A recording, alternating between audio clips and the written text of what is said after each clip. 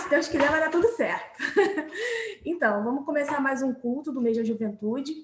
Como os irmãos já sabem, né, a gente tem tido esse foco durante esse mês de agosto. E os nossos cultos têm tido a participação, né, mais ativa e direta da nossa juventude e de outros jovens de outras igrejas, como o Enoque hoje, que está aqui com a gente.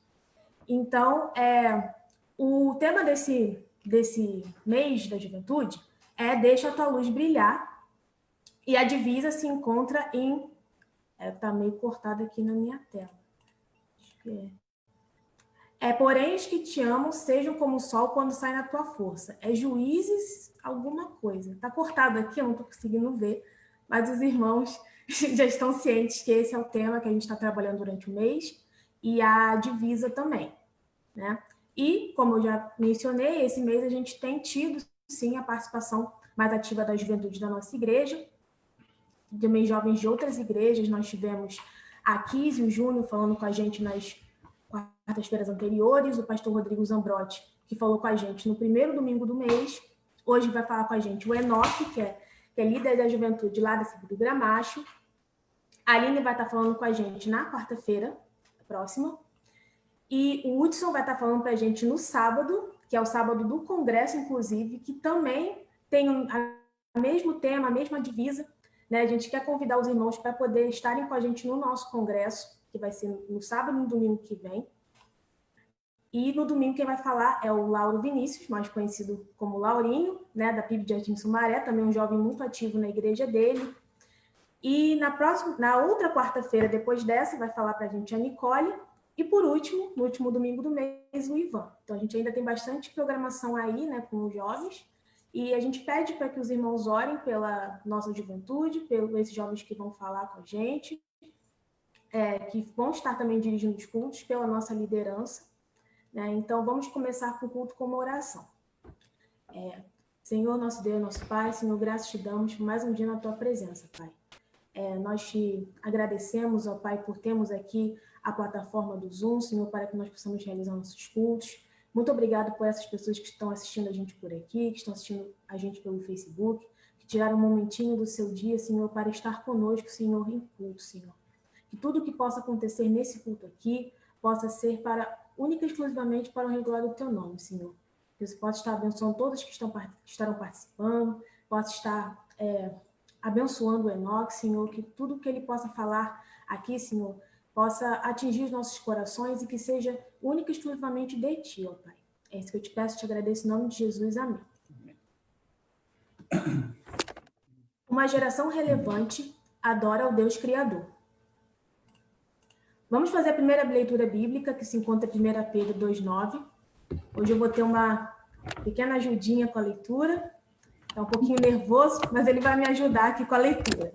Então, leiamos, irmãos. Mas vós sois a geração eleita, o povo sacerdócio real, a nação santa, o povo adquirido, para que anuncieis as virtudes daquele que vos chamou das trevas para a maravilhosa luz. Amém. Vamos continuar com o culto, irmão? Vamos ouvir essa música Para Te Adorar com a equipe dos adolescentes.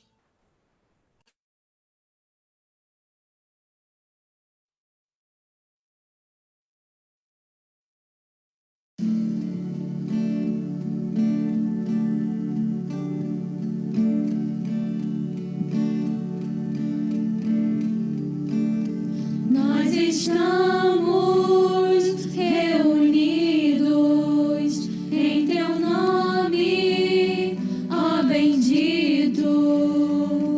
Estamos nós aqui para te adorar. No Calvário nos amaste, com teu sangue nos compraste. Estamos nós aqui para te adorar, para te adorar.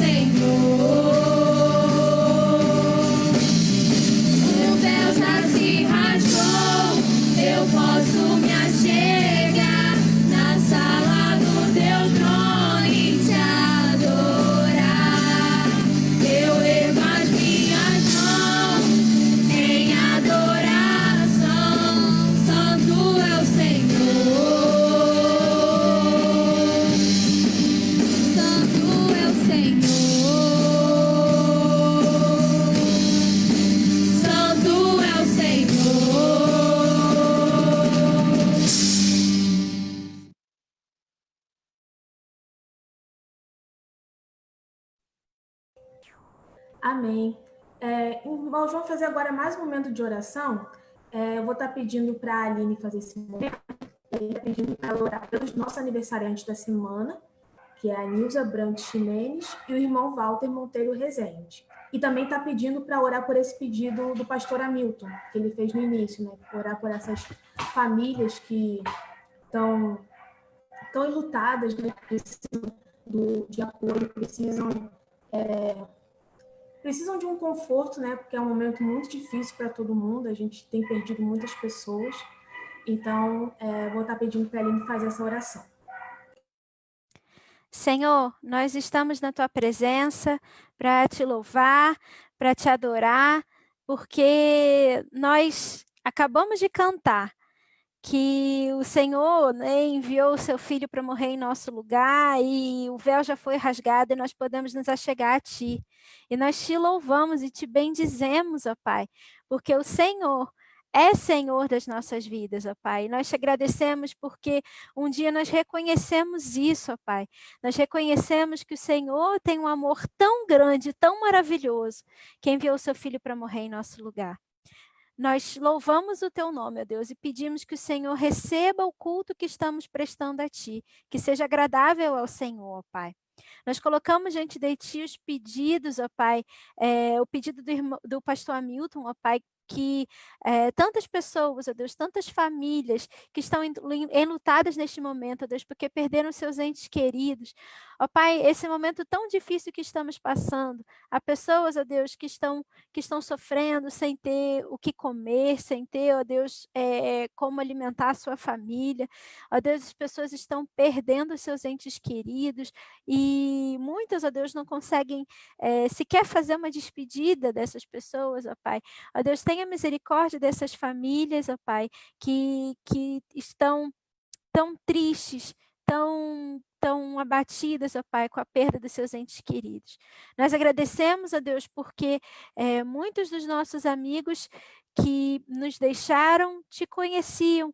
E hoje, ó Deus, nós podemos crer que eles estão ao teu lado. Mas nós te pedimos, ó Deus, que o Senhor conforte e console aqueles que aqui estão.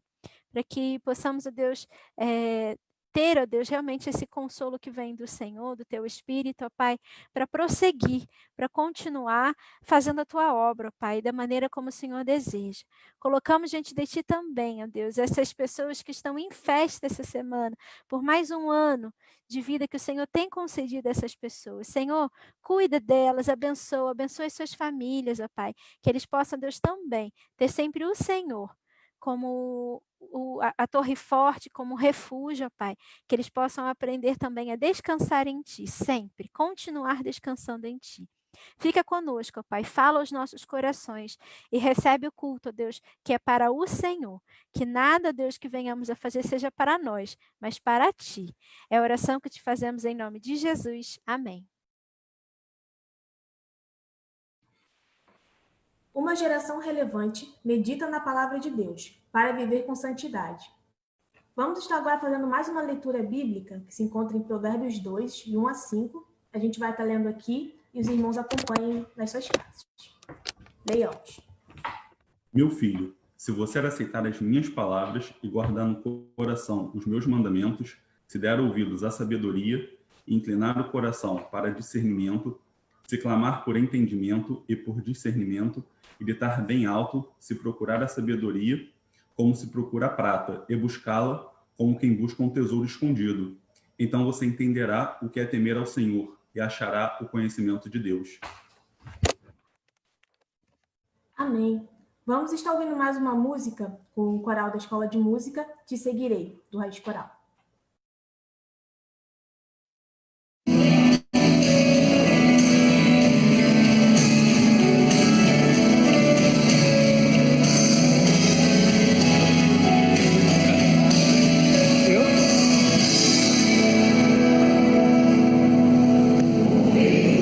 Para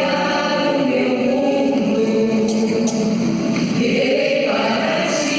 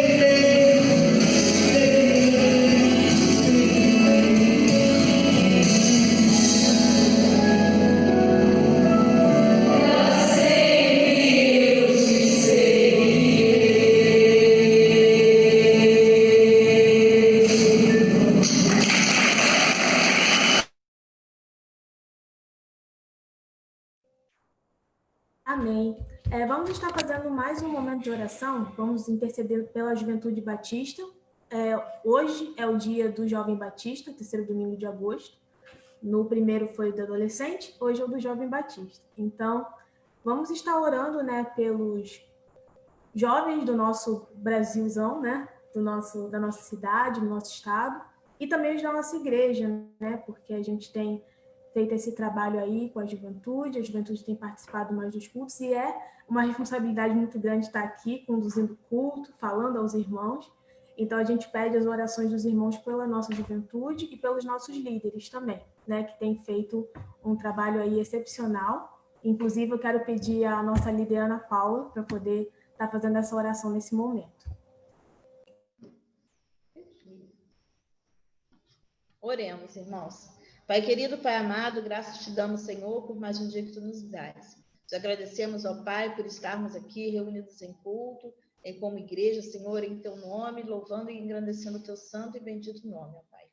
Ó Pai amado, nesse momento nós queremos te pedir, ó Pai, uma bênção especial para a Juventude Batista, para todos os jovens, ó Pai, do nosso Brasil, que tu possa, Senhor, estar cuidando de cada um deles, livrando do mal, dando, Senhor, saúde, dando, Senhor, vigor e cada vez mais vontade de te servir, de buscar o teu nome, de brilhar por ti, ó Pai, onde quer que esteja, Senhor. Que sejamos luz, Senhor, e possamos anunciar o teu nome, fazendo a diferença, ó Pai, onde quer que a gente esteja. Queremos te pedir, Senhor, uma bênção também para a vida dos jovens da nossa igreja, ó Pai. Que tu abençoe, Senhor, os jovens, os adolescentes. Tu tens, Senhor, livrado eles do mal. Tu tens, ó Pai, sustentado, Senhor, dado, Senhor, saúde em meio a essa crise de saúde que o nosso país, o nosso mundo tem vivido. Tu tens, Senhor, separado estes jovens para o teu louvor, para a tua obra, Pai. Ó Pai, que tu continues, Senhor, capacitando-os, ó Pai, que eles tenham sempre a alegria de te servir, de desenvolver o teu trabalho, de estudar a tua palavra, de estar na tua presença. Ó Senhor, muito obrigada, Pai, por este dia. Muito obrigada, Senhor, por essas atividades que estão sendo desenvolvidas por eles. E que tu, ó Pai, que o teu nome seja anunciado, Senhor, através da vida de cada um de nós. É em teu nome que nós choramos e te agradecemos por tudo que o Senhor tem feito por nós. Amém.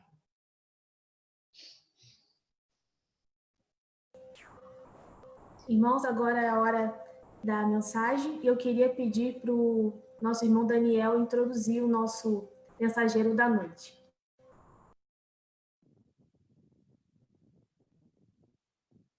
Boa noite, irmãos. Não sei se estão me ouvindo bem, que a minha conexão não estava muito bem. Estão me ouvindo bem? Sim, está tudo bem. Queria dizer aos irmãos que quando a Paula me pediu a me apresentar o Enoque, eu disse para ela que é um privilégio para mim. Privilégio para mim apresentar aos irmãos esse jovem. Se bem que pela simpatia que ele já está apresentado, já conversou com todo mundo, com vocês que estavam aí antes, com o meu Wayne, com a Paulinha.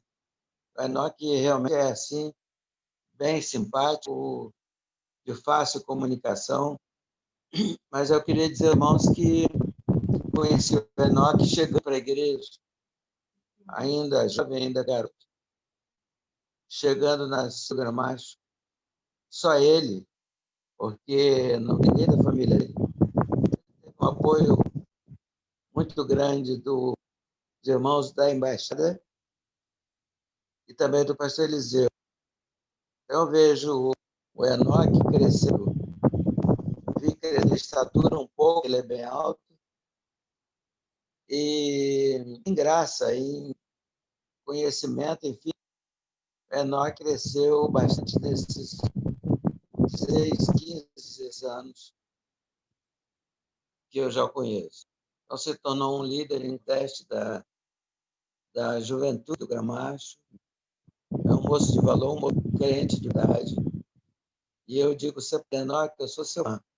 Eu gosto muito desse rapaz. Eu acho que ele tem muito a fazer por causa de Deus, já está fazendo. É um líder de música, é um líder da palavra, enfim. Enoque é um grande líder. Nós temos um privilégio, É um privilégio para nós de receber nessa noite e ouvir o que Deus tem para falar para nós através de você. Eu convido os irmãos para a gente orar. Vamos orar para que Deus coloque no coração dele, que já colocou, mas que ele possa transmitir com propriedade aquilo que Deus colocou no seu coração. Bendito Deus, nós te agradecemos neste momento do culto que estamos estando a Ti, pela Tua igreja que está reunida, pelos Seus servos que tomaram esse tempo para estar conosco, alguns visitantes pelo Facebook e os Teus servos todos que estão aqui pelo Zoom. Nós te agradecemos especialmente pela presença do irmão Enoque Francisco, esse jovem valoroso que o Senhor tem usado e vai usar muito para a pregação da tua mensagem cantada e também pela mensagem falada. Pedimos que tu use nessa noite para que transmita o teu recado de acordo com a necessidade da tua igreja. Aquele recado o Senhor colocou no coração dele. Usa o teu servo nessa noite, pois nós te pedimos em nome de Jesus. Amém. Gente, boa noite aí para os irmãos, a paz aí para todo mundo. Quero desde já agradecer. Eu fico até difícil falar alguma coisa depois que o irmão Daniel fala essas coisas aí, é até difícil se apresentar ou falar algo, mas desde já agradeço. Eu e o irmão Daniel, a gente tem um relacionamento assim muito intenso e eu tento fugir algumas vezes dele. Eu tentei, eu não sei se eu consegui, por causa do coro da igreja, já tive a oportunidade de estar junto com ele lá. E aí, depois de um tempo, eu tentei fugir, ele tentou me agarrar de novo, aí eu fugi, aí ele deixou eu ir, e a gente vai nessa relação, assim, com muito carinho, muito amor. E aí, desde já, agradecer pelo convite, pela irmã Paula, que ela me fez aí, por essa oportunidade de estar aqui congregando com vocês, eu poder estar na casa de vocês e vocês na minha casa, ouvindo e compartilhando a palavra de Deus. Agradecer também a nossa irmã vice-presidente, a Wene aí, pelas boas-vindas, o pastor também. Muito obrigado, pastor Almeida, pela oportunidade de estar aí. O senhor está partilhando esse púlpito virtual para a gente poder compartilhar a palavra de Deus. E então, gente, pensando sobre o tema, eu quero compartilhar com vocês aqui algo da palavra de Deus. Eu vou compartilhar minha tela.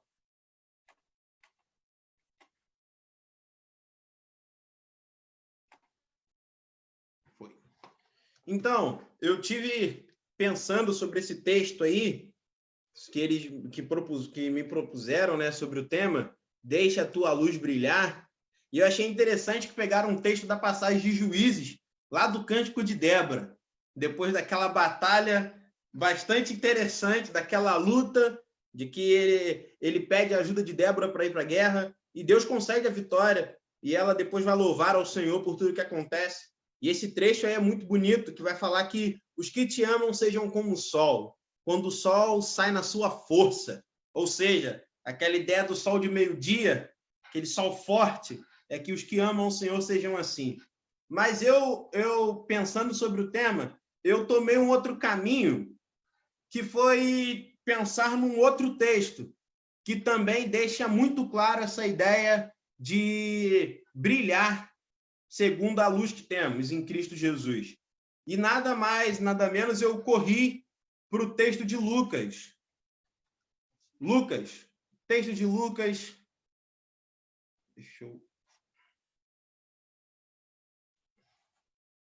Eu fui para o texto de Lucas. Lucas capítulo 4, a partir do verso 16, até o verso 22. Eu escolhi esse texto para estar falando com os irmãos essa noite, meditando, porque eu fui forçado a lembrar de brilhar como o sol e lembrar de Jesus. E assim do seu ministério. E aí eu acredito que é uma ótima forma de nós pensarmos sobre esse texto e ouvir o que o Espírito Santo de Deus tem a trabalhar e falar nos nossos corações essa noite. E aí eu espero que você tenha acompanhado. Eu preferi hoje usar a tecnologia ao máximo ao meu favor, colocar o máximo aí de referências e de coisas na tela para a gente conseguir focar melhor aí na nossa atenção. E aí diz o seguinte, a palavra do Senhor. Quando Jesus chegou a Nazaré, cidade de sua infância, foi à sinagoga no sábado, como era de costume, e se levantou para ler as Escrituras. Entregaram-lhe o livro do profeta Isaías, e ele o abriu. Ele o abriu e encontrou o lugar aonde estava escrito: o Espírito do Senhor está sobre mim. O Espírito do Senhor está sobre mim. Pois ele me ungiu para trazer boas novas aos pobres. Ele me enviou para anunciar: os cativos serão soltos. Os cegos verão. Os oprimidos serão libertos. E que é chegado o tempo do favor do Senhor. Jesus, quando fechou o livro e devolveu ao assistente, sentou-se.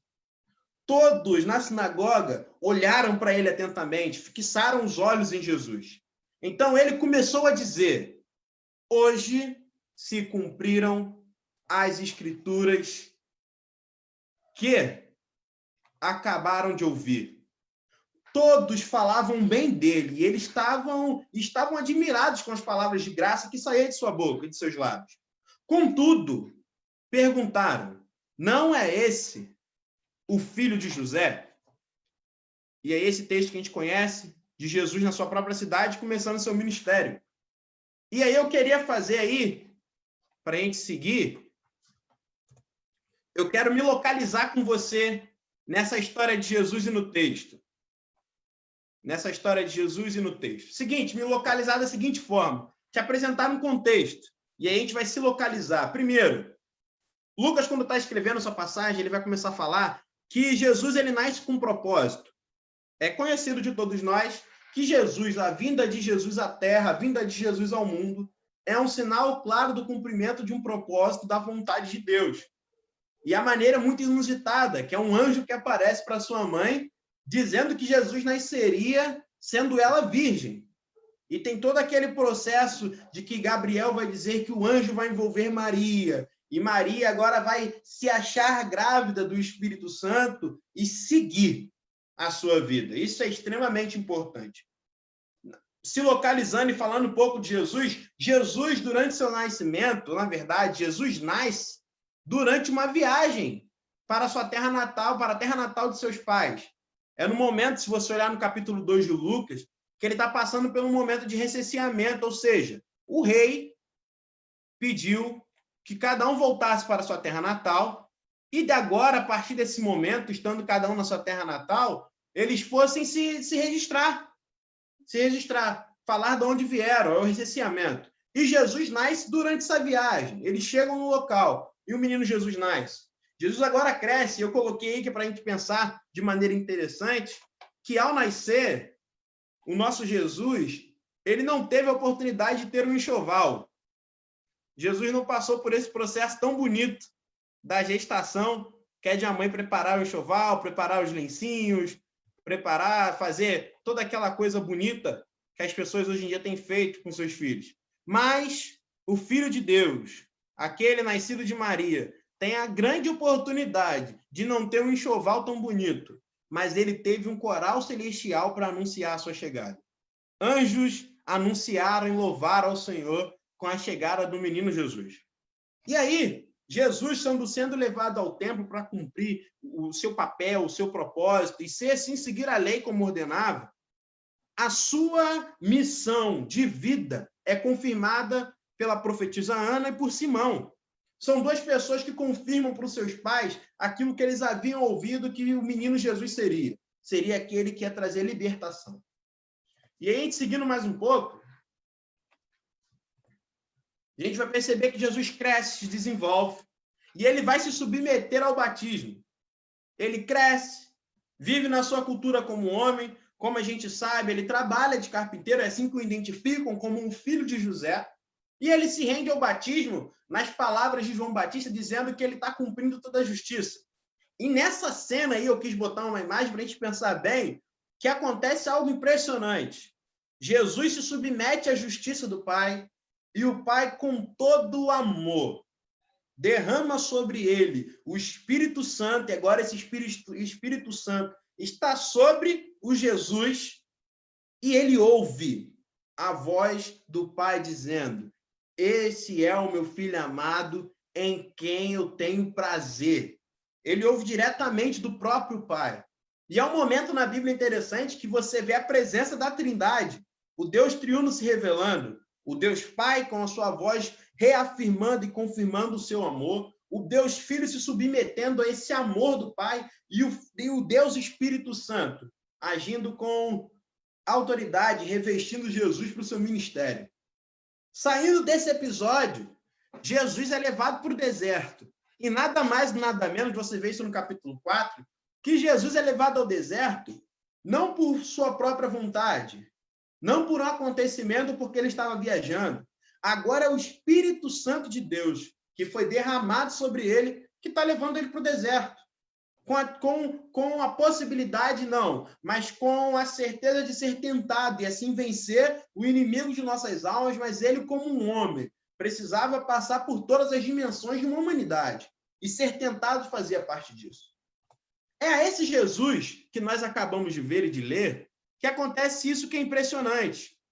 Quando Jesus sai desse lugar da qual ele está vivendo, que ele sai do deserto, cumprindo seu ministério, ele agora vai para a sua cidade natal.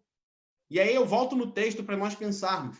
Jesus volta à sua cidade natal. Ele passa por esse processo, o Espírito Santo desce, ele vai para o deserto, agora ele volta. E volta esse menino no ambiente que é a hora que tinha uma cultura helênica se desenvolvendo, os gregos, e aí você tem também o povo romano, o exército romano, tomando bastante conta daquele ambiente por causa do seu poder militar, por causa do seu poder civil. E é nesse ambiente tão interessante que Jesus volta e ele foi criado. É a sua cidade de infância, Nazaré. E aí, como diz alguns historiadores, Nazaré não é um lugar tão bonito. Nazaré era a cidade pobre de outra grande cidade. Era uma cidade pequena e problemática. Era uma cidade pobre. E Jesus volta para lá, o lugar que ele nasceu. E é interessante que quando ele volta, ele vai para a sinagoga como é de costume. E é lá que ele vai dizer essas palavras: o Espírito do Senhor está sobre mim, pois me ungiu para trazer boas novas aos pobres. Ele me enviou para anunciar aos cativos que serão soltos. Aos cegos verão, os oprimidos serão libertos, e é chegado o tempo do Senhor. Para a gente aí que conhece um pouco da Bíblia, fica muito claro que o que Jesus vai fazer, e vocês conseguem prestar atenção aí no PowerPoint, que ele faz uma extração do texto que o profeta Isaías profetizou. Isaías 61, versos 1 e 2. 1, 2 e 3, na verdade. Ele faz essa extensão desses textos. E Jesus vai trabalhar com isso. Por quê? Jesus entendia, não só entendia, como tinha absoluta certeza que era o Messias, o prometido. Talvez o povo tinha dificuldade de percebê-lo como dessa forma, como profeta e como Messias, porque Jesus veio de uma maneira completamente diferente do que o esperado. Jesus, como eu disse, nasce em Nazaré, é filho de carpinteiro, e ele vai desenvolver sua vida nesse subúrbio, nesse lugar que não é tão visado, mas é um lugar problemático. E é nesse lugar. Geralmente eles esperavam que o Messias viesse de um lugar nobre, rico e pomposo, mas não é desse lugar que vem o Messias. E aí, pensando sobre isso, eu quero pensar sobre essas palavras com você, da declaração de Jesus.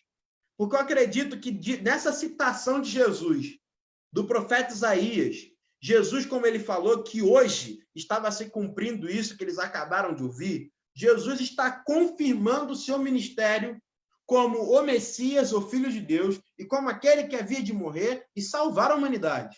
Jesus ali não só está fazendo uma leitura comum. E é interessante, porque o próprio texto que lemos fala disso, que quando ele acaba de ler, tem um problema ali acontecendo. Ele entrega o livro, como era de costume, para o funcionário da sinagoga que está ajudando o assistente, e quando ele senta, porque a maneira que ele lê, a maneira que ele se envolve no texto, e que ele está lendo de si, as pessoas daquele ambiente prestam atenção nele e ficam com um olhar fixo. E Jesus, como um mestre, que é um mestre, ele senta e vai dizer e começar a ensinar a partir daquilo. E aí eu convido você a pensar nessa parte citada por Jesus, referente também a Isaías 61.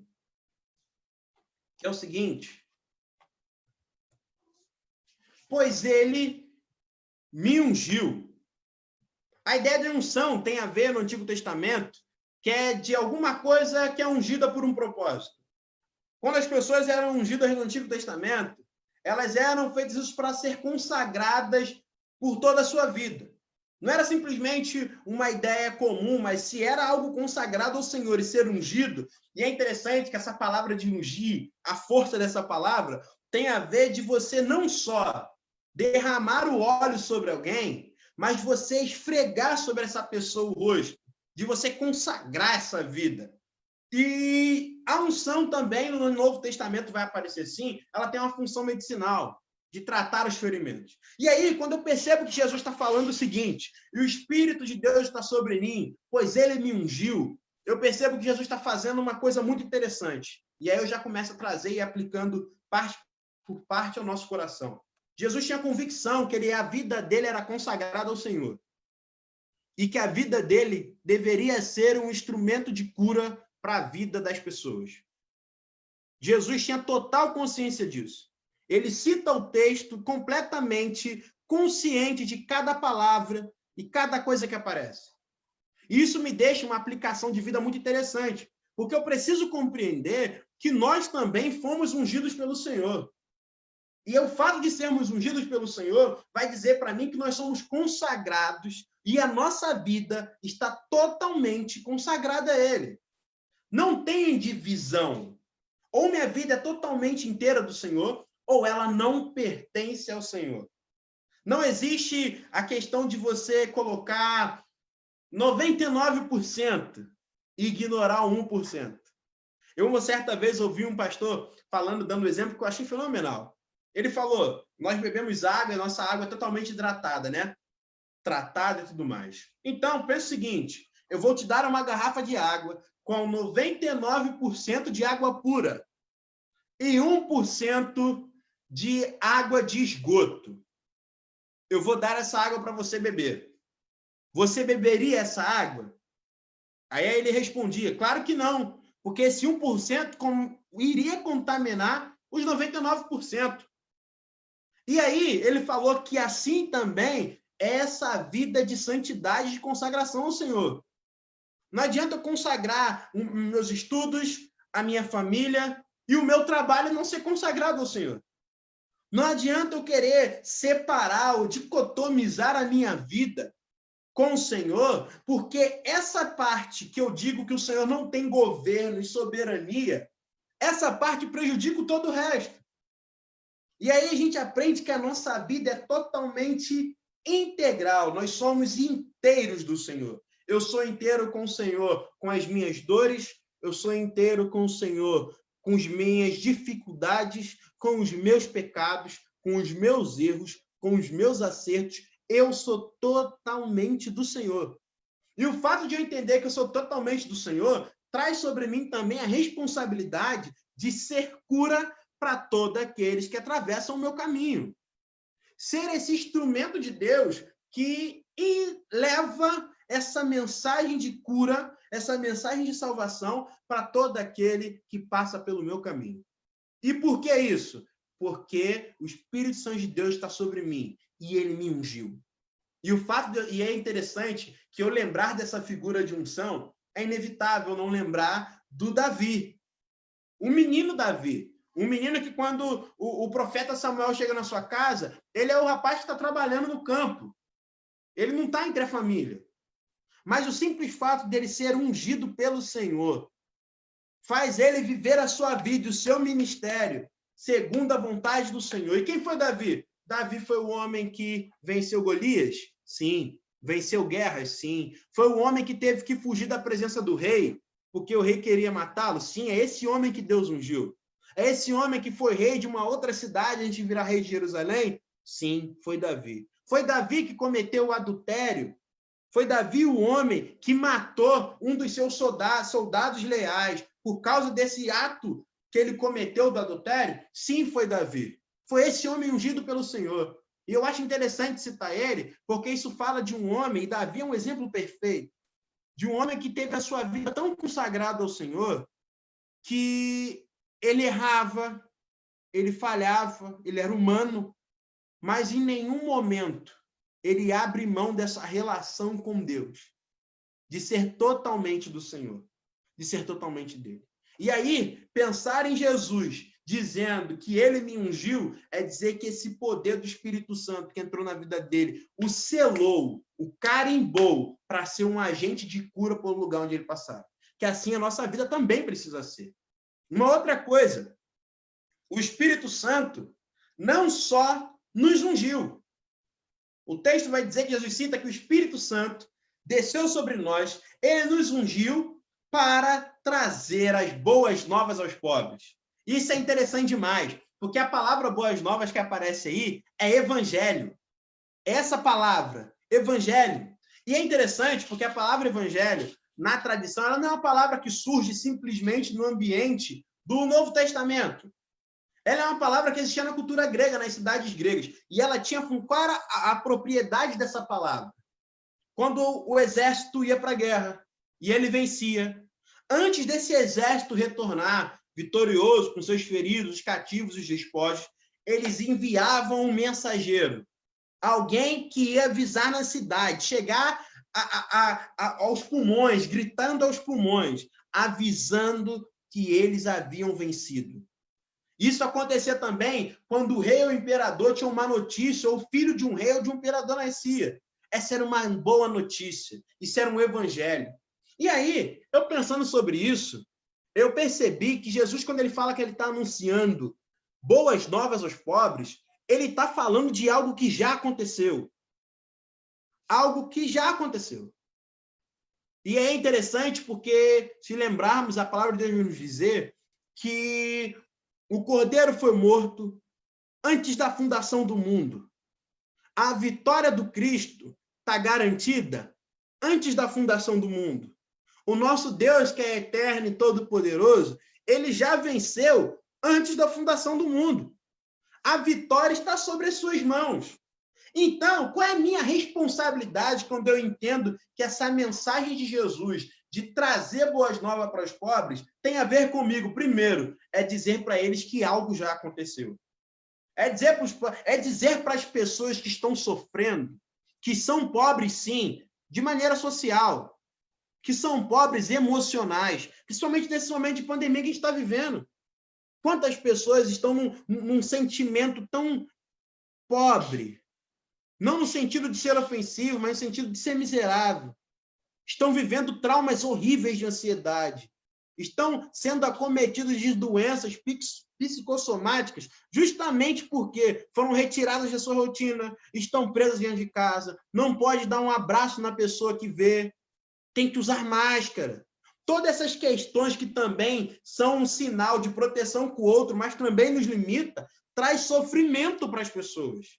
E é para essas pessoas que estão sofrendo, precisam ouvir a mensagem do Senhor. Eles precisam ouvir, não só eles, mas aqueles também espiritualmente, que são carentes espiritualmente, que são necessitados espiritualmente, estão carecendo de uma palavra de vida. E nós precisamos anunciar que o nosso Cristo já venceu. Ele tem todo o poder. Ele já venceu. E não só pensar assim, mas entender que nós somos a resposta para a vitória. Meu irmão, a grande dificuldade que eu tenho hoje, pensando sobre algumas coisas, é a seguinte. Quando eu compreendo essa palavra evangelho, o que ela significa, eu percebo que... vou falar algo que pode parecer simples demais, que a nossa missão, de fato, é só anunciar. Porque o trabalho já está feito. O Cristo já venceu. O Cristo já venceu. Então, a minha função não é nada mais, nada menos do que ser um arauto de Deus para comunicar às pessoas que as boas novas estão às portas. E ser essa resposta de boas novas. E aí eu lembro do tema que vai falar para a gente que é deixar a tua luz brilhar. É justamente isso. É você não ficar, como o texto da palavra de Deus diz, você entrar para debaixo da mesa. Simplesmente pelo fato do que você é em Deus, por você entender a sua missão e a sua vocação, você é colocado no lugar de brilhar. E é brilhar não a luz própria, mas a luz de Jesus. O grande problema é que algumas vezes nós queremos brilhar a nossa própria luz. Brilhar da nossa própria forma. Só que precisamos deixar a luz de Cristo passar por nós e atingir as pessoas, levar a luz onde tem escuridão, alcançar aquele que sofre, alcançar o pobre, alcançar o necessitado de espírito faminto, aquele que emocionalmente está precisando da palavra do consolo do Senhor. Essa luz tem que brilhar através de nós. É nossa responsabilidade. E aí eu caminho mais um pouco. Que ele me enviou para anunciar sim. E anunciar o seguinte, que os cativos serão soltos. O que eram os cativos? Os cativos eram aquelas pessoas, os perdedores de uma guerra. Era aquele povo que ficou para trás e na terra de onde o exército dele havia perdido. E agora ele se tornou cativo, vivia no cativeiro. Eu acho interessante, porque se nós olharmos para a Bíblia, o povo de Israel passa por isso. O povo de Israel vive esse momento de cativeiro e Jesus usar essa palavra faz todo sentido. Lembrando que, assim como aconteceu no passado com o Império Babilônico, a Síria e outros tantos, o povo naquele momento estava vivendo também uma certa opressão do povo romano. Eles estavam sendo subjugados. Então essa linguagem tem toda a representatividade naquele momento. E Jesus vai dizer que ele vai anunciar aos cativos que eles serão soltos. E aí, eu não posso deixar de citar, e isso é importante, que a chegada de Jesus é falar que o tempo do cativeiro acabou. E aí eu preciso ler esse texto com você. Preciso ler esse texto com você, que é o seguinte. Esse é um salmo. Salmo 137 e o Salmo 126. Olha o que diz o Salmo 137. Esse é o salmo, é o canto, é o lamento daquele que está cativo. Vai dizer o seguinte, o contexto é que o povo de Judá tinha sido levado para o cativeiro, né? Estavam lá no cativeiro babilônico.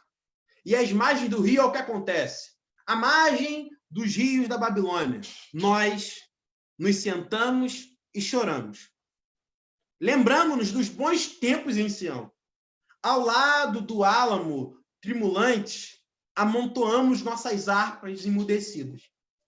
Foi quando os que tinham nos capturados pediram canções em tom de zombaria. Cantem para nós uma canção da alegre Sião. Mas como cantar uma canção ao Eterno nessa terra devastada? Se um dia eu me esquecer de você, Jerusalém, que os meus dedos sequem e caem como folhas. Que a minha língua fique grudada ao sal da boca, se eu deixar de lembrar de você.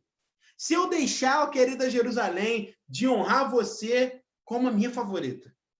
Ó Eterno, lembra-te daqueles edomitas e da ruína de Jerusalém, daquele dia em que eles gritaram, arrasem a cidade, não deixem sobrar nada. E vocês, babilônicos, foram os destruidores. Uma recompensa para quem se vingar de vocês pelo mal que nos fizeram. Sim. Uma recompensa para quem agarrar os seus bebês e atirá-los contra a rocha. Vocês conseguem perceber o nível de sofrimento dessas pessoas que estão cativas? Não tem prazer no canto. O sofrimento e o estar cativo, estar aprisionado, rouba-lhes a voz. Rouba-lhes o prazer de cantar. O prazer de louvar ao Senhor. Apesar da adversidade. É interessante, se você aí tem a sua Bíblia, você já estudou, quando o povo é levado a passar 70 anos no cativeiro na Babilônia, Deus fala que eles deviam viver a vida deles. Deveriam dar prosseguimento às suas vidas. Só que eles não conseguem porque Havia um amor entre a Jerusalém que Deus havia os dado e o Deus dele poderoso. Eles se sentiam abandonados. E por se sentirem abandonados no cativeiro, não tinha canto. Faltava-lhes voz. E eles também diziam que, se eu tentar cantar alguma música alegre, eu tenho o dever de que meus dedos caiam, de que minha língua fique presa ao céu da boca, ou seja, eu pare de falar, eu perca meus movimentos. É porque eu estou sofrendo, eu estou cativo, eu estou sendo subjugado. E nesse ambiente não dá para servir ao Senhor. Nesse ambiente não dá para glorificar a Deus. Não dá para isso acontecer. E aí, não só isso, olha a perspectiva deles. Eu quero que a justiça aconteça. Essa justiça que eu quero que os seus bebês sejam agarrados e jogados contra a rocha. Eu quero que a descendência de vocês não sobreviva, porque eu estou irado, eu estou no cativeiro. E aí, eu parto para o Salmo 126. Esse salmo é o salmo da volta do cativeiro. Esse salmo é o salmo daqueles que ouviram, sendo proclamados, que a liberdade ia chegar. Que ouviram do Senhor que a liberdade chegou. E olha o espírito do texto, o espírito daqueles que ouviram a liberdade. Olha, Salmo 126. Parecia um sonho. Bom demais para ser verdade. O Eterno trouxe de volta os exilados de Sião. Nós rimos e cantamos. E cantamos muito, sem acreditar em tanta felicidade. Sabe aquele momento que você a expressão é que você está bêbado de alegria.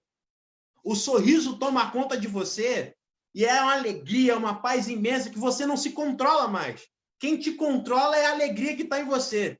E aí você tem que tomar até cuidado para não ser extravagante demais. Mas porque você está possuído por essa paz, por essa liberdade. Eles falam isso. Éramos o assunto das nações. O Eterno foi maravilhoso com eles. Diziam, o Eterno foi maravilhoso conosco. Somos um povo feliz. E agora, ó Eterno, age de novo a nosso favor. Olha, tem súplica. Olha, tem louvor ao Senhor. A liberdade, a consciência da liberdade traz agora a eles esperança.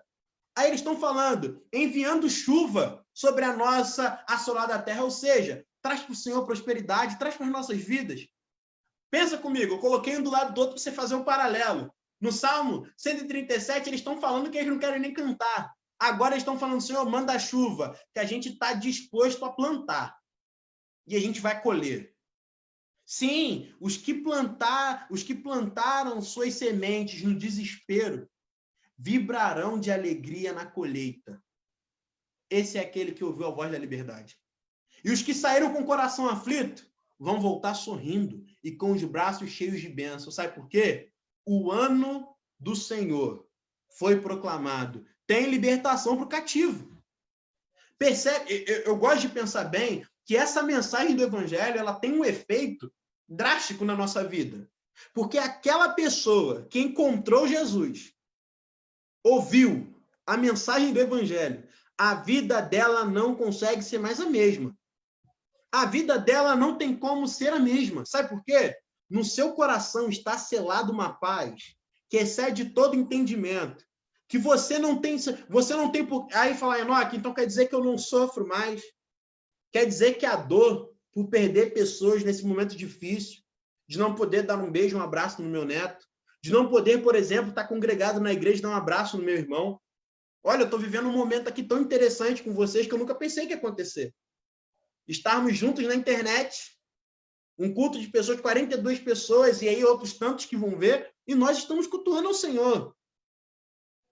Não estamos no templo, mas estamos juntos.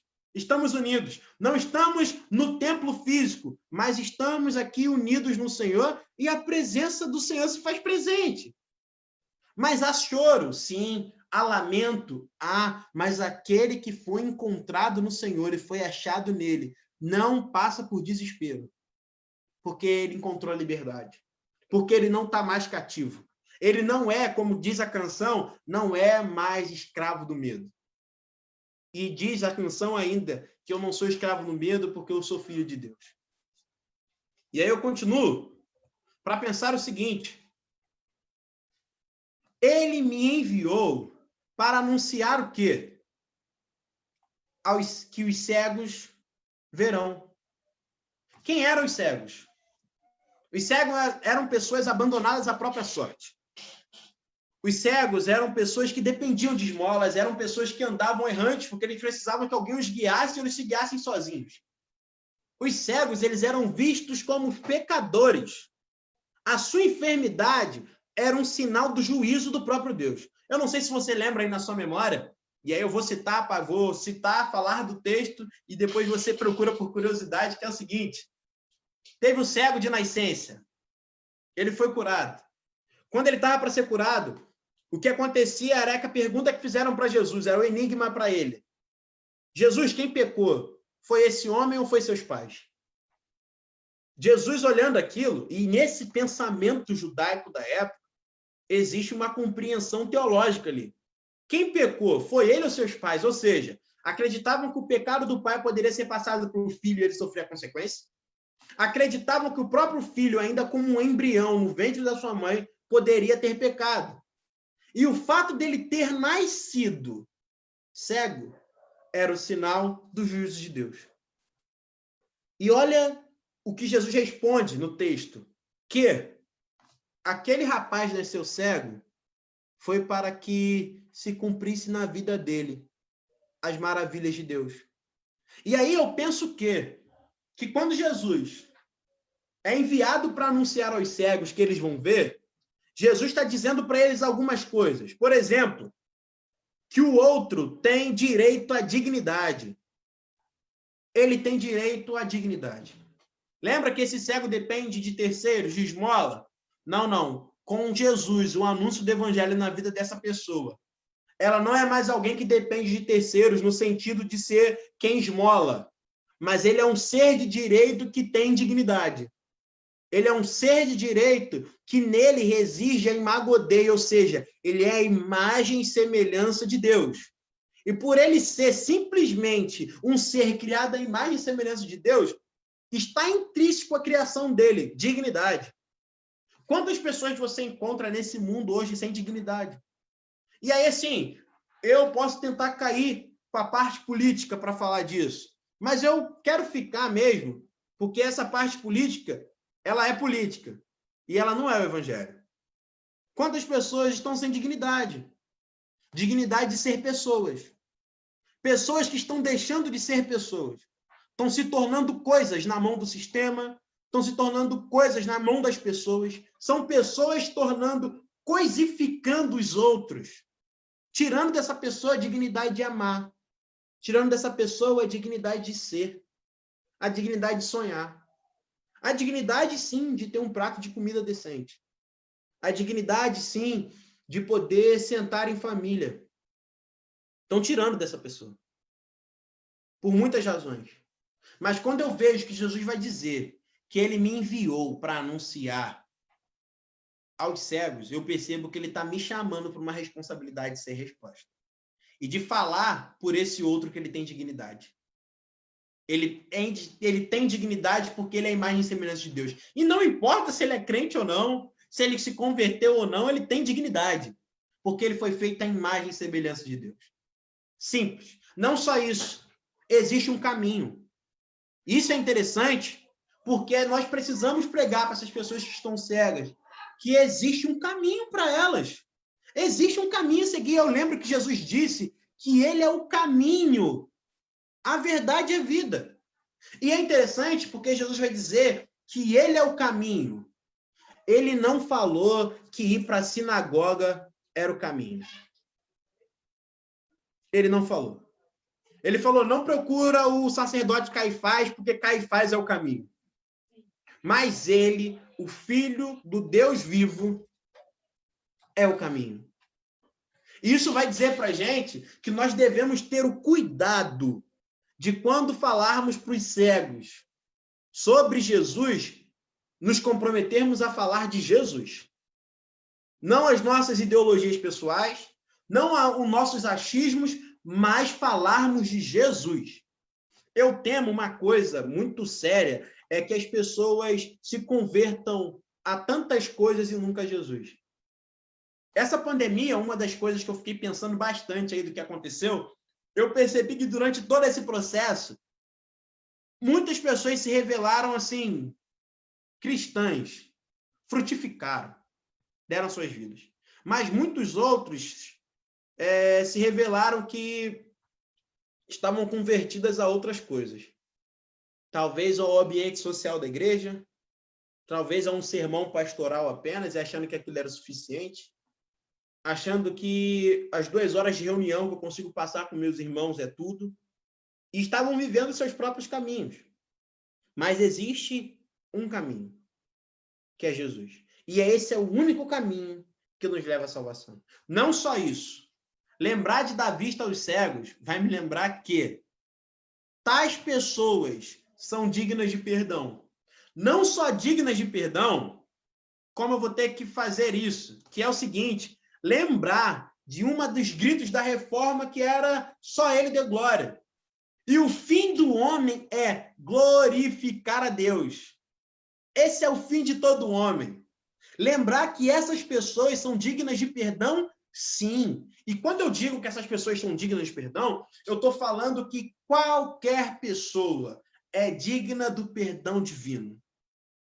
Eu não tenho o poder de dizer quem é ou não é. Mas o Senhor, Deus, perdoa quem Ele quer. E lembrar que a vida dessas pessoas é para glorificar Deus. Glorificar Deus aonde, Enoque? Na sua relação familiar, que é o momento onde alguns estão reclusos. Glorificar Deus no meu home office de trabalho. Glorificar Deus na relação com meu pai e minha mãe, na relação com meu esposo, com a minha esposa, na relação com os meus pais, na dignidade que eu dou às pessoas. A minha vida glorifica a Deus. A minha vida é uma ação de... E aí eu lembro, Paulo vai dizer, quer comais, quer bebais, ou façais qualquer outra coisa, que seja tudo para a glória de Deus. Tudo. Literalmente tudo. O copo de água que eu bebo, a vida que eu tenho, o meu respirar, a minha existência, a minha relação com as pessoas, o modo como me aplico aos meus cursos, a minha vida acadêmica, a maneira que eu me aplico ao desempenhar o meu papel na família. É para glorificar Deus. Claro, irmãos, claro. Eu não posso tirar a via de regra, que é o seguinte. Nós somos falhos. Nós somos pecadores. E disso não tem como abrir mão. Isso é inegociável. É só você fazer o teste de parar de frente para o espelho. Eu tenho o hábito de dizer que nós temos medo de nos encararmos no espelho. Sabe por quê? Você tem medo da pessoa que você vai ver naquele lugar. Você tem medo de olhar para quem realmente você é. E você dizer para você mesmo que você não é capaz. Que aquilo ali, aquela área da sua vida, aquela tua relação ali, está meio truncada. Que aquela parte da sua vida ali, você é incompetente. E é na medida que eu me olho no espelho e eu reconheço que eu não tenho a capacidade, é que o Espírito Santo de Deus que está sobre mim age na minha vida.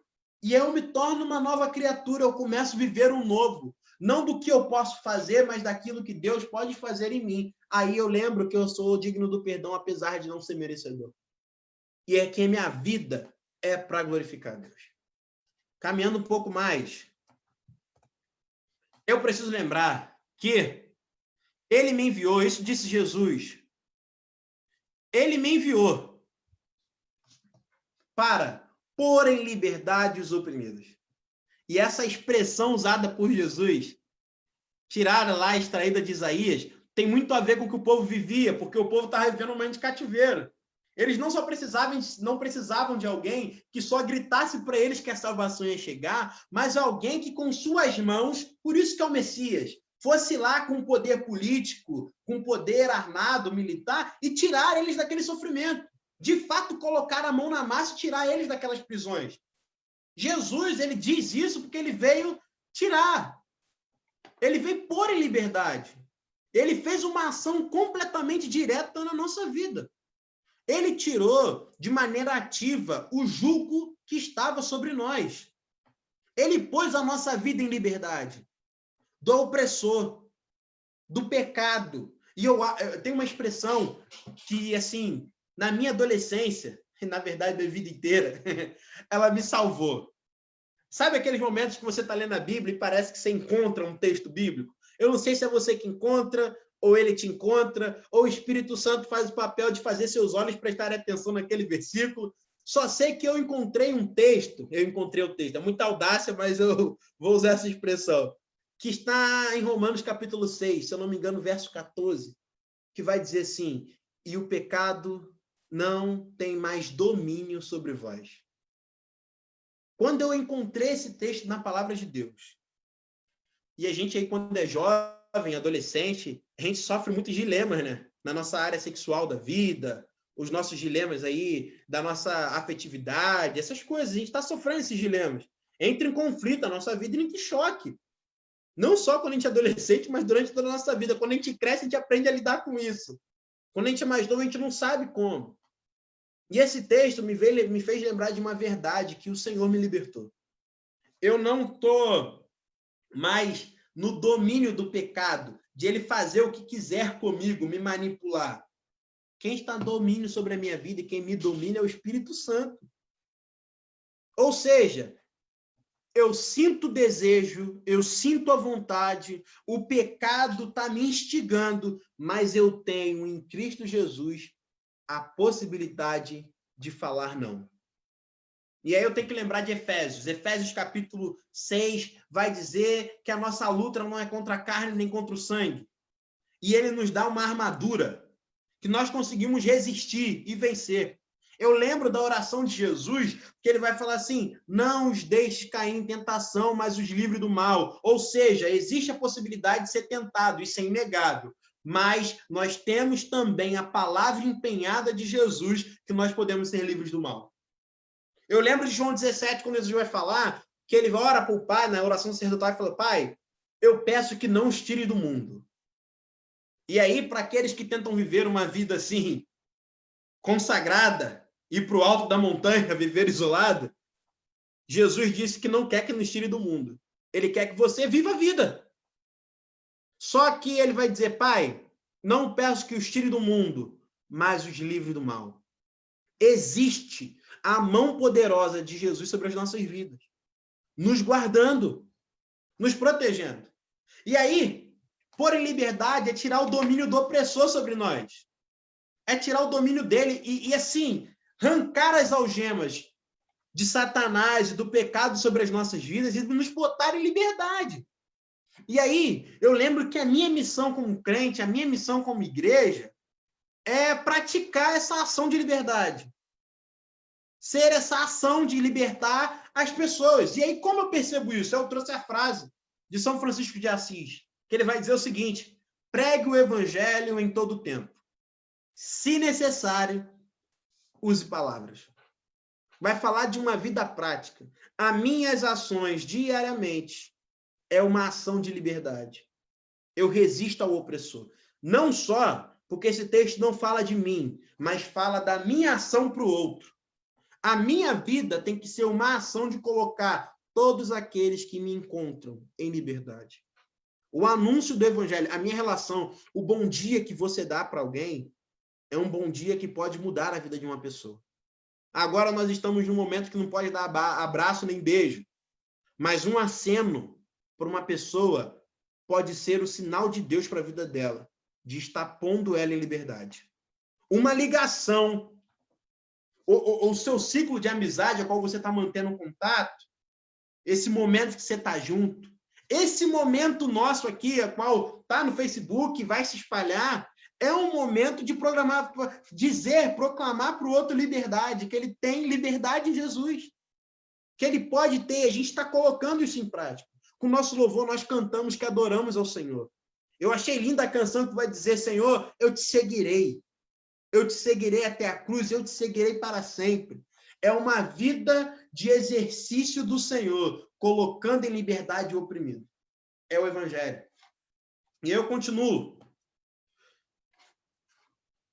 Jesus disse ainda: que é chegado o favor do Senhor.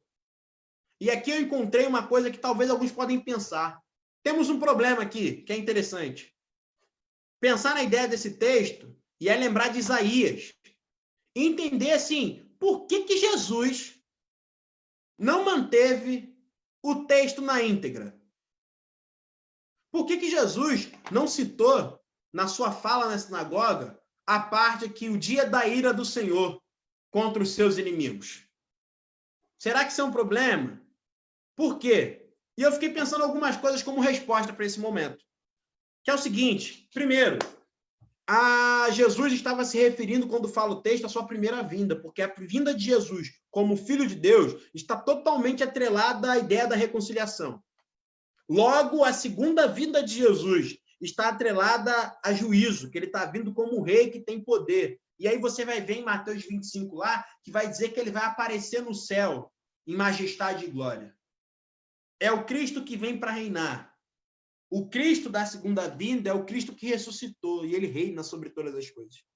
Essa é uma das razões, provavelmente, porque ele não completou o texto. É uma possibilidade. Outra possibilidade é que, em João vai dizer para a gente aí, que todo aquele que não crê já está condenado. As pessoas que negligenciam a mensagem estão escolhendo se manter no estado de condenação em que vivem. Ou seja, aceitar a Jesus é sair da condenação. Não aceitá-lo é continuar. Então, Jesus não tinha necessidade de falar isso. É uma possibilidade. E aí, como solucionar isso? Eu pensei em alguns textos, que são o seguinte, João 3,16 vai dizer, porque Deus amou o mundo de tal maneira, e ele deu o Filho. Ele entregou seu Filho unigênito para que todo aquele que pereça, para todo aquele que nele crê não pereça, mas tenha vida eterna.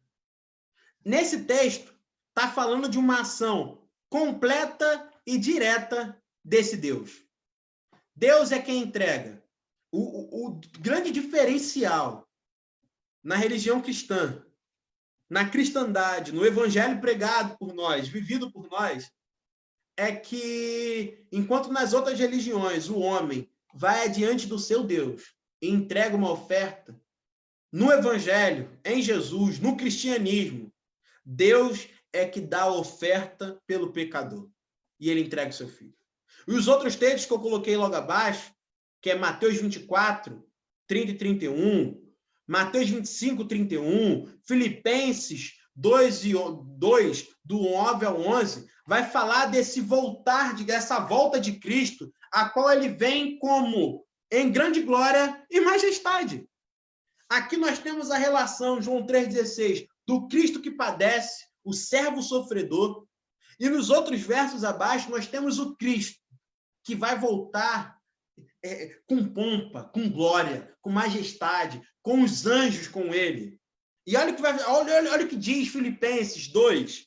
Por isso também Deus o exaltou sobremaneira. Por quê? Porque ele se humilhou e se entregou. E ele colocou sobre ele, dizendo um nome mais sublime, ao ponto que todo joelho se dobre, no céu e debaixo da terra, e toda língua confesse que Cristo é o Senhor.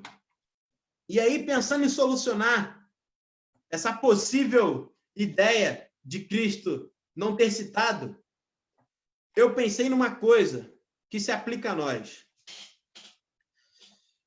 A nossa missão como pregoeiros da palavra de Deus, como anunciantes do Evangelho, não é salvar ninguém, nem condenar ninguém. Nós somos chamados para pregar o Evangelho. Nós lutamos pela verdade do Evangelho, nem mais e nem menos. Não condenamos ninguém, não salvamos ninguém, nós pregamos a palavra. E por que nós não fazemos isso, não salvamos ninguém? Porque a palavra de Deus nos garante que o poder de salvar é o Espírito Santo.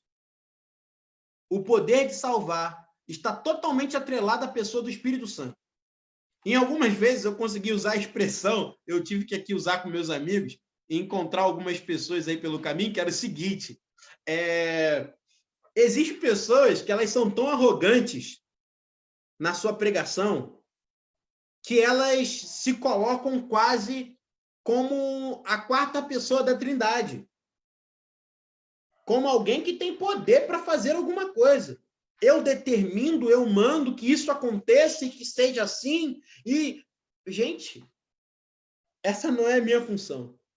A Bíblia deixa clara que quem convence o pecador da sua maldade é o Espírito Santo. Não só isso, que o poder também de condenar pessoas está sobre Jesus, porque é ele que é o rei, ele que é o poderoso, ele que é o totalmente justo e totalmente santo. Então a minha função é anunciar a verdade, o evangelho. Nada mais do que isso, nem menos. Porque se eu ultrapasso, eu não posso adicionar nada do evangelho, nem tirar nada do evangelho. A mensagem do evangelho é o favor do Senhor sobre todos aqueles, sobre todos os pecadores. E aí, caminhando para o fim, eu tive um conflito essa semana. Eu assistindo uma palestra, já pensando nesse sermão, eu tive algo interessante, uma pergunta eu precisei responder para mim. Que era a seguinte, eu, nessa semana, participei de uma palestra da Sociedade Bíblica, falando sobre gerações e do ensinar a Bíblia às crianças. E pensando sobre ensinar a Bíblia às crianças, uma das palestras vai falar sobre as gerações e fala sobre a geração alfa. E a pergunta que eu me fiz foi a seguinte, muito simples. Como hoje, e eu já tinha pensado no sermão, tudo bonitinho, como hoje eu vou fazer esse evangelho alcançar essas gerações todas? E eu não preciso ir para longe. Nós estamos aqui num grupo, num culto, que tem presente gerações diferentes. Pessoas que são completamente diferentes na sua maneira de pensar e as suas ações, mas não só isso. Por causa da época que nasceram, de sua idade, carregam diferenças. Nós temos jovens, eu quando passei nas imagens aí, eu vi que entre os pais tinha uma criança, eu achei isso fabuloso, maravilhoso. E tem irmãos de meia idade, irmãos que já são anciões, estão aí na sua caminhada, tomando os seus cuidados, e isso está dentro da igreja. Como lidar com isso ao ponto que a luz brilhe e não seja ofuscada? Qual é o ponto de nós brilharmos e isso não gerar confusão no nosso meio? E aí eu coloquei essa imagem porque a gente tem a geração aí que tiveram seus pais, pós-guerra e tudo mais, que é uma geração que tem um tipo de comportamento. Os outros viveram um momento de uma grande explosão da televisão e tiveram sua televisão como um grande boom aí da sociedade. Temos aí as outras gerações que agora vivem enfiadas no celular. Eu faço parte dessa geração. Daí, essa geração que está com a tecnologia na mão todo o tempo. Só que existe aqueles que já nasceram nessa geração. Eles não conseguem ver a sua vida sem tecnologia. É uma geração nova aí, como diz os estudos, elas começam a partir de 2010, 2011. Uma geração provavelmente de netos de alguns dos irmãos, de filhos de alguns dos irmãos. Como comunicar a palavra do evangelho para essa geração? E aí, eu concluo a exposição do texto com aquilo que Jesus falou no começo da sua declaração de Isaías, que é: o Espírito do Senhor está sobre mim. E por que eu termino com isso? A única forma de nós, dentro do ambiente da igreja e da nossa família, de qualquer lugar que a gente vai estar, fazer essas gerações com as suas particularidades, peculiaridades, brilharem, é se o Espírito Santo estiver sobre nós. Se o Espírito Santo estiver, de fato, sobre o domínio da nossa vida, a minha prerrogativa não será mais a minha vontade. Eu vou poder dizer: vivo não mais eu, mas Cristo vive em mim. E é o Cristo que vive em mim, é o Cristo que vive no meu neto, é o Cristo que vive no meu filho, é o Cristo que vive na criança, e esse Cristo que vive em todos nós, ele não muda, ele é todo poderoso, e ele traz essa harmonia para dentro de casa, ele traz essa harmonia para as relações da igreja, e ele vai fazer cada um brilhar dentro da sua dimensão, da sua particularidade, à luz do Evangelho.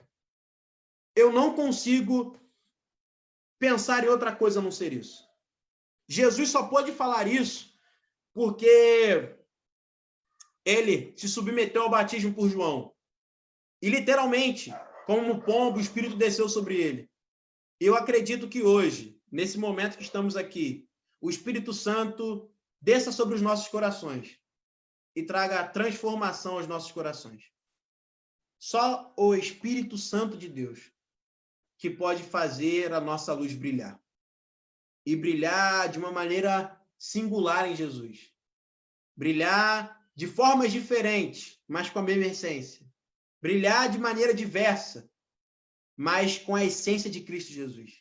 E o meu desejo, meus irmãos, é que essa luz brilhe sobre nós hoje. Que essa luz não só hoje, mas continue brilhando. E eu quero orar com você nesse momento. Orar com você, uma oração muito simples e muito rápida, pedindo que o Espírito Santo venha sobre nós. Venha sobre nós, assim como ele foi e desceu em Atos 2, com poder, tornando aquela igreja diferente, cheia da unção do Senhor. Deus, no nome de Jesus, reconhecemos as nossas falhas, os nossos erros, e sabemos que somos pecadores. Eu sei o quanto eu sou falho diante de Ti. A minha pecaminosidade, os meus erros, eu reconheço, Senhor. Mas eu também reconheço que eu não posso viver longe do Senhor. Eu não posso. E eu sei que o Senhor me chamou e me escolheu, e eu tenho uma missão que eu só vou conseguir cumprir, só vou conseguir viver esse texto, se o Teu Espírito Santo, antes de qualquer coisa, estiver sobre a minha vida.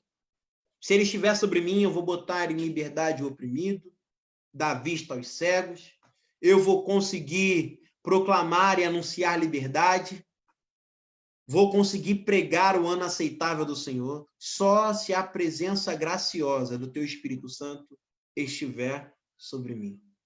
Eu peço que o Senhor derrame sobre nós o frescor do Teu Espírito Santo.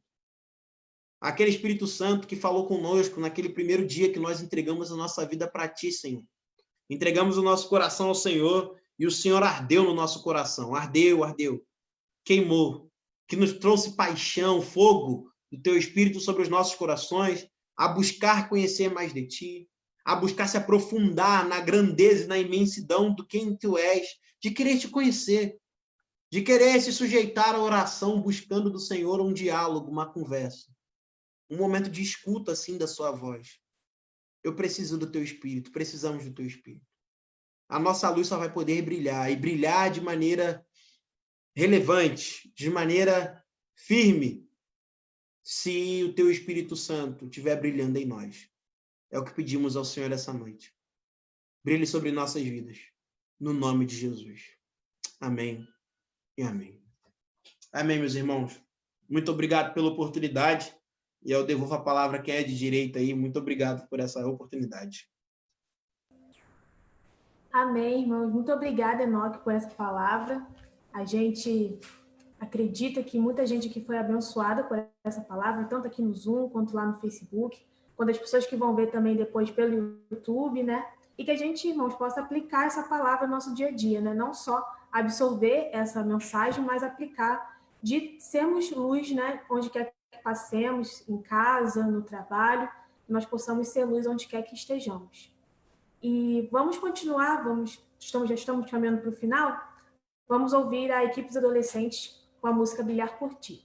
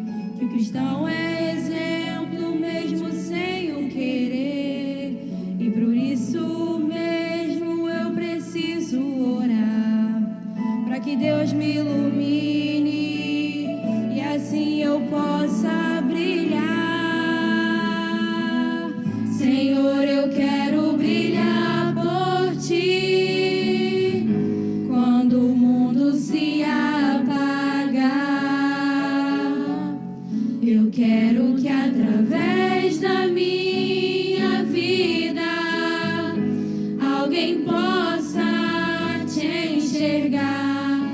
Faça com que mesmo sem palavras que eu fale do teu amor.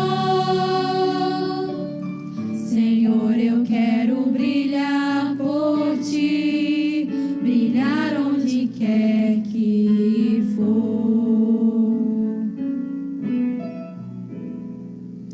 Às vezes eu temo que vou fracassar, pois eu sei que errei e continuo a errar, mas se a minha luz parece extinguir, meu Deus, me dá força para prosseguir.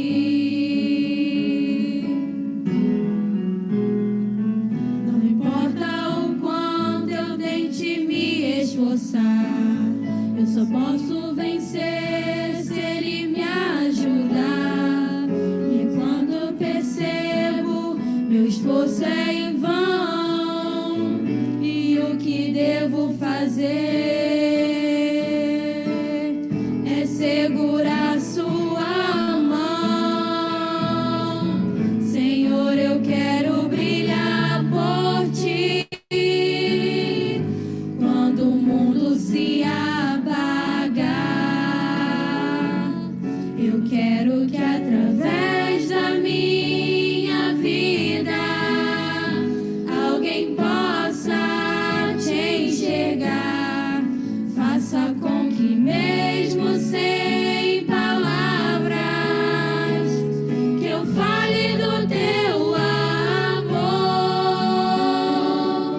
Senhor, eu quero brilhar por ti, brilhar onde quer que for. E quando minha luz parece vacilar, é só me unir àquela luz que a todas faz brilhar. Senhor, eu quero brilhar por ti quando o mundo se apagar. Eu quero que através da minha vida alguém possa te enxergar. Faça com que mesmo sem palavras que eu fale do teu amor. Senhor, eu quero brilhar por ti, brilhar onde quer que for. Senhor, eu quero brilhar por ti, brilhar onde quer que for.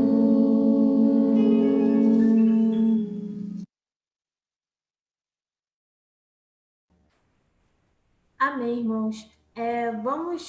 Eu queria pedir para o nosso líder Hudson para poder fazer as considerações finais e a oração final para a gente encerrar o culto. Irmãos, lá em João 10, 27, Jesus falou assim: as minhas ovelhas ouvem a minha voz. E nós ouvimos a voz do Senhor. Irmãos, Deus tem falado com a gente. Esse foi o mesmo texto a mesma passagem, não o mesmo texto, que a Kizzy usou também para fazer a pregação dela. Você vê, uma Bíblia inteira, né? E a gente tem essa concordância aí de textos, né? Deus tem falado com a gente, irmão. Estejamos com os ouvidos atentos para ouvir o que o Senhor tem a nos ensinar, né? É maravilhoso ver um jovem, parabéns, Enoque, é muito bonito a gente ver um jovem falando da palavra de Deus. Isso é uma coisa muito rica, né? Eu, quando era jovem, eu infelizmente não tive, eu me afastei dos caminhos do Senhor, e é um arrependimento muito grande que eu tenho. Eu perdi um tempo muito precioso da minha vida, mas graças a Deus eu estou aqui. É muito bonito esses meninos falarem da palavra de Deus, né? Eu agradeço ao Enoque a participação no nosso mês da juventude. E semana que vem a gente vai ter o nosso congresso, que é esse tema aí, né? Deixa a tua luz brilhar. Mas eu vou passar a palavra agora ao nosso pastor para ele fazer o encerramento do culto. Pastor Hamilton.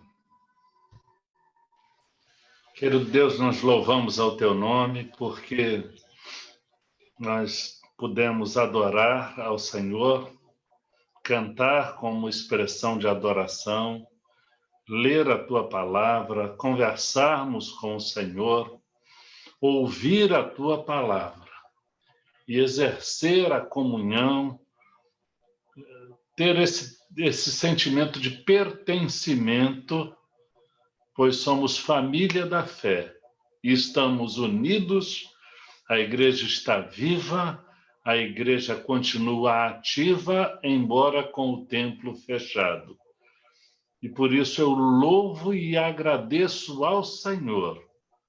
Obrigado pela instrumentalidade do teu servo Enoque, que trouxe esta palavra, que ela produza fruto nos corações daqueles que ouviram, que o teu Espírito atue de modo a entender e colocar em prática. Que evangelizemos, preguemos a palavra em tempo e fora de tempo. Anunciemos a salvação. Anunciemos que Cristo é a única esperança. Ó Deus, restaura pessoas que estejam abatidas. Ó Deus, esse tempo é um tempo em que as enfermidades emocionais têm aumentado. Dá recurso, Deus, às pessoas para saírem da situação de adversidade. Recursos humanos, pessoas que entendam das emoções para ajudar, pessoas que entendam os processos emocionais, profissionais que atuam nesta área, podem ser ferramentas tuas, Senhor. Mas quando faltarem os recursos humanos, ó Deus, usa o milagre do Senhor, mesmo com a instrumentalidade daqueles que não são especialistas no tratamento das emoções, mas que sabem demonstrar amor e que têm o dom de encorajar. Ó Deus, coloca diante de cada um que está sofrendo um ombro amigo e uma mão para estender, ajudando a levantar em momentos de tanta dor. Abençoa a nossa igreja, abençoa a juventude que celebra com alegria o mês que as igrejas batistas dedicam aos jovens e aos adolescentes. Abençoa os excelentes jovens e adolescentes de nossa igreja. Não permita que se desviem dos teus caminhos. Ó Deus, que a cada dia haja um renovar do compromisso com o Senhor, para que jamais se distanciem. Pai bendito, por misericórdia, abençoa a nossa liderança, abençoa aqueles que estão trabalhando para o Senhor.